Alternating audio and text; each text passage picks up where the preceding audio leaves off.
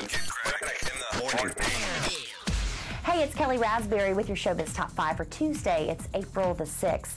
Now, Rielle Hunter is torn. Should she go with Oprah? Should she go with Bob Wash? Should she go with Diane Sawyer? Well, the verdict is in, and Rielle Hunter is going to give her first televised interview to Oprah Winfrey, who has really been excited to get John Edwards' mistress and baby mama on her couch.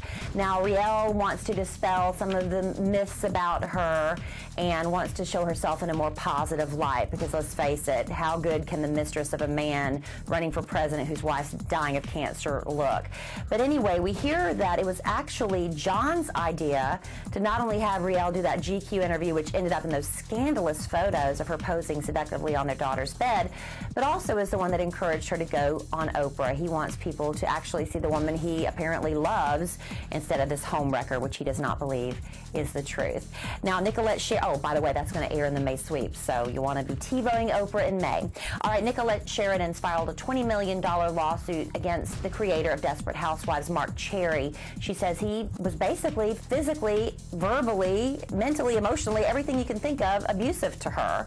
Apparently, she was having a problem with the way he was treating her, so she asked for a private meeting just to address it head on. Do you have a problem with me? Is there something I'm doing wrong? And at that point, this was in summer of 2008, he apologized, said, no, everything's fine. But then things progressively got worse. A couple of months after that initial meeting, Nicolette says she had a question about something in the script. He pulled her to the side and knocked her upside the head. She was humiliated. She screamed, you know, how embarrassed she was. This was absolutely not acceptable. Went to her trailer, and he followed her in there just begging profusely for her forgiveness. But she went and reported him to the ABC executives anyway. I mean, come on, she got hit. Don't know why she didn't go to the police, but she went this route instead. Maybe she was thinking she wanted to protect her career at that point in time. Who knows? But anyway, she says then after that, things still got worse. And then just a couple of months after the hitting incident is when she found out her character was being killed off the show. So she feels that was done in retaliation, so she's filing this lawsuit for $20 million. One British tabloid is proclaiming that Rihanna will be married just as soon as her boyfriend Matt Kemp gets around to finding the perfect moment to pop the question. They say, they have it on a good authority, she will say yes when that time comes. But they have to get a couple of things out of the way before they can walk down the aisle. First of all, Rihanna's going to be going on a tour of North America this summer. Possibly it could expand after that. And Matt has this little baseball career he's busy with, baseball season just opening. But Rihanna just announced that she's going to be going on the Last Girl on Earth tour, with her opening act being Kesha and a rapper named Nicki Minaj, who you can hear on that I Can Make Your Bed Rock, song that's on the air all the time. And the tour is going to kick off July 2nd in Seattle. It will wrap up in Chicago on August 24th. And tickets for Rihanna's show with Kesha and Nicki Minaj go on sale this Friday. Joe Jonas and Demi Lovato. A lot of PDA between these two, and I don't know why, it just makes me feel kind of nauseous. I still look at them as little kids. They shouldn't be mugging down in public, but that's what sources say is happening. Those two can't keep their hands off each other. They were like sort of grossing out shoppers at a grocery store in Hollywood on Saturday.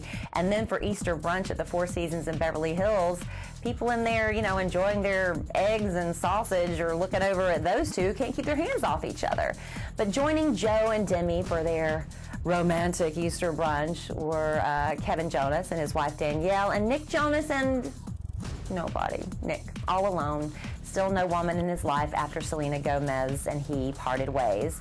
Now, the curious question of the day, why has Sandra Bullock not proceeded with the divorce filing? Why has she held on to these papers? It's been weeks now. It seems like she would have been a little bit more proactive. She's angry. She's embarrassed. She's humiliated. Well, the reason they say, at least the reason Radar Online says, they found sources that say Sandra is concerned that in an act of rage, in an act of instability, that Jesse James might snap and start releasing all these secrets and all this private business of Sandra's that she doesn't want out there. She's a very private person and wants to keep it that way even during divorce. Now, she's afraid he's going to seek revenge. Like I said, his behavior been very erratic. He checked into rehab for sex addiction, and then when Sandra wouldn't return his phone calls, he checked out. Then he turned around and checked himself back in.